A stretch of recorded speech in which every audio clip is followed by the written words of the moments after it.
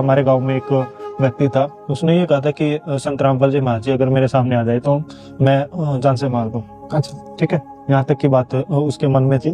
तो उसकी फड़क निकालने के लिए संत रामपाल जी महाराज जी का पाठ चल रहा था हमारे पड़ोस में एक घर में। तो वहाँ पे पाठ चल रहा था, जिस घर में पाठ था उस घर से दूसरे घर में संत रामपाल जी महाराज जी, जैसे भक्तों के ही घर होते थे आसपास में, तो दूसरे घर में संत रामपाल जी महाराज जी नहाने के लिए भगत लेके गए थे नहाने के लिए कि जी वहाँ पे आप नहा लेना। तो दूसरे घर में नहाने के लिए गए थे, तो उसका रास्ता जो था वो हमारी जो घर की गली थी उसमें से उसका रास्ता था दूसरे घर में जाने का। लेकिन जैसे संत रामपाल जी महाराज जी उस घर में गए और अंदर बाथरूम में नहाने के लिए गए और बाहर एक सेवक खड़ा था, तो सेवक से संत रामपाल जी महाराज जी ने सेवक से कपड़े भी ले लिए और कपड़े लेने के बाद काफी टाइम हो गया। तो जिस घर में पाठ था वहां से भगत बोले कि भाई गुरुजी आए नहीं है, काफी टाइम हो गया, बुला के लिए आओ। तो संत रामपाल जी महाराज जी को बुलाने के लिए कुछ भगत गए वहां पे। तो वहां पे जाने के बाद पता चला कि गुरुजी नहा रहे हैं अंदर। तो बाहर जो सेवक खड़ा था उनसे पूछने पे पता चला कि भाई अभी कपड़े लिए हैं लेकिन काफी टाइम हो गया गुरुजी बाहर नहीं निकले हैं। जी। तो गुरुजी को आवाज लगाई, दरवाजा खोला, गुरुजी थे ही नहीं वहाँ।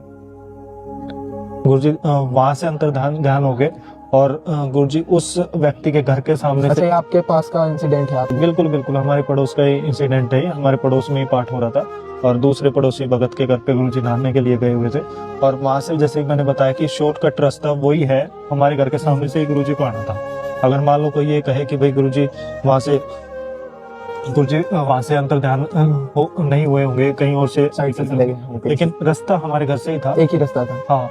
लेकिन गुरुजी घूम फिर के और उस व्यक्ति के घर के सामने से आते हुए दिखाई दिए, जिस व्यक्ति ने ये कहा था कि भाई मेरे सामने आ जाए तो मैं उनको जान से मार दूं। और वो व्यक्ति बाहर खड़ा होके बस देखता रह गया। और संत रामपाल जी महाराज जी बिल्कुल अकेले, कोई भी भगत नहीं था उनके साथ में, और बिल्कुल अकेले वो सामने से आते हुए दिखाई दिए। जो भक्तों ने दौड़ लगा के उनको प्रणाम किया, दौड़े भगत की भाई गुरुजी अकेले आ रहे हैं, तो दौड़ के उनको प्रणाम किया कि गुरुजी हम तो आपको ढूंढ रहे थे।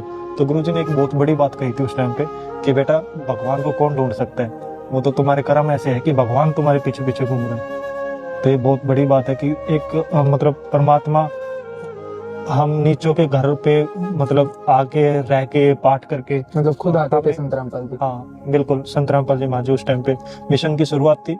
और स्टार्टिंग से मैंने बताया कि आपको कि स्टार्टिंग में जो भगत जुड़ते गए पता ही नहीं चला कब हजारों की संख्या में हो गए, सैकड़ों की संख्या में भी नहीं थे उस टाइम पे। तो मतलब एक से स्टार्टिंग हुई, 1 2 3 सैकड़ों में हुई, हजारों में, लाखों में, कब करोड़ों में पहुंच गई। दोस्तों, इस आध्यात्मिक सफर का महत्वपूर्ण प्रसंग रहा है 9 मार्च 1997 का, जब इस सृष्टि के रचनहार कबीर परमात्मा